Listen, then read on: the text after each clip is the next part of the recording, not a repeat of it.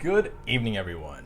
If you are tuning in for the first time, this is the 8th installment of these 5-day long video diaries that I've been doing that describe how the coronavirus is developing here in the Rio Grande Valley and beyond. As you can see, I'm wearing a Leadership Brownsville t-shirt because I happen to be in this year's class of Leadership Brownsville.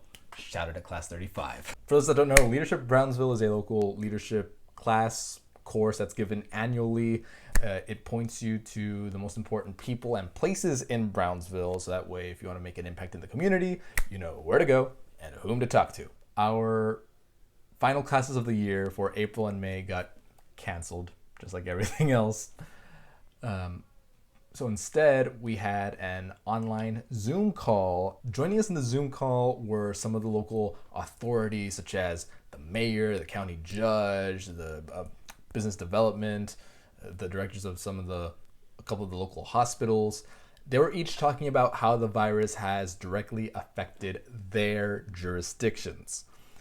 It's literally what I'm doing, but from a more professional, expert, educated perspective. We are encouraged to share what we learned from the call to the public. And that's exactly what you will be hearing right now. I'm going to give y'all the inside scoop. The mayor, Mr. Trey Mendez, mentioned that starting Friday, the restaurants will be opened at 25% occupancy rates. The restaurants will be operating under an honor system for them to take full accountability to make sure that all the health codes and just make sure that their customers are safe. Economic Development has mentioned that they have suffered a bit of a hit when it comes to local sales taxes. They reported a drop of 4% than they had expected so far. That translates to $100,000 less. The hospitals, Valley Baptist, Valley Regional, they showed us some interesting facts and figures. The one that really bothered me was the fact that there was a survey question that asked the public, how long do you think we will wait until things get back to normal? 6% said never. Are you kidding? Brownsville, Texas has suffered a cholera epidemic, a yellow fever epidemic, the Spanish flu pandemic, and right now coronavirus. If you live here, do you remember all those diseases before this one? I didn't think so. We'll be fine. And then we had County Judge Eddie Trevino. He mentioned that by now, Cameron County was expected to have 1,000 cases.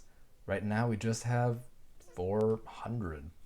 We're doing a lot better than the estimates. He also mentioned that there was a lot of concern regarding South Padre Island, the local beaches opening, but because of law enforcement making sure that everyone was behaving correctly, being 6 feet apart, whatnot, looks like everybody was respecting the rules, and we might not see a second spike, at least coming from the island just yet. I also want to take this moment to apologize to the representative from the Small Business Administration who was also in the call, but I was falling asleep. It was very disrespectful of me to not give her the attention she deserved. I had a rough night. It's not her fault. It was all me. Yes, everyone, this was a very productive, informative conversation. It was a pleasure to listen to all these wonderful people discuss how the virus has affected them and their field of expertise. And it was also nice to see all my classmates again. Shout out again to class 35. Well, as May rolls on, it's on us to make sure that this ends by the end of the month as well as it possibly could.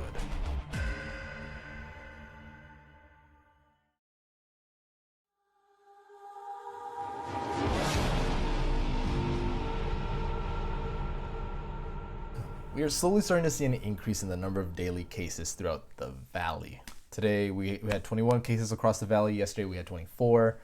People are guessing that these numbers are from Easter gatherings that happened a couple weeks ago. And maybe there was someone infected at one of the parties that spread it to their friends and family when they should have stayed the heck home.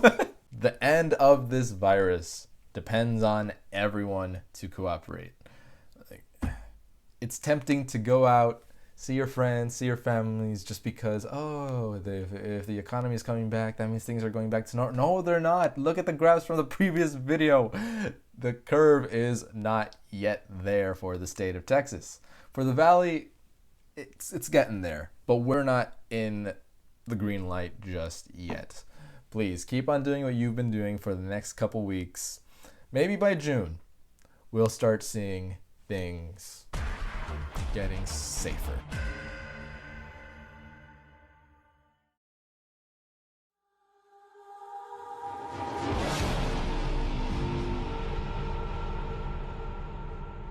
The Cameron County shelter-in-place ended today.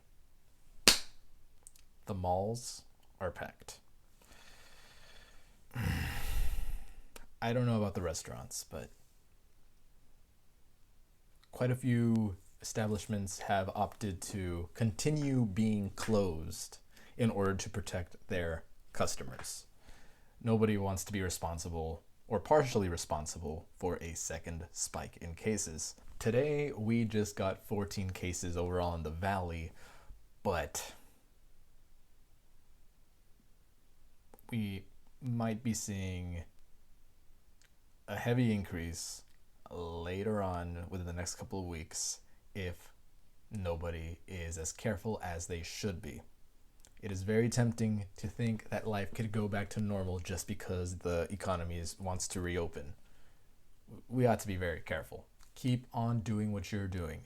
Masks, distance yourself, only leave the house if you absolutely need to. Considering that this is a shelter-in-place diary, I think that this is a good place to end this particular series.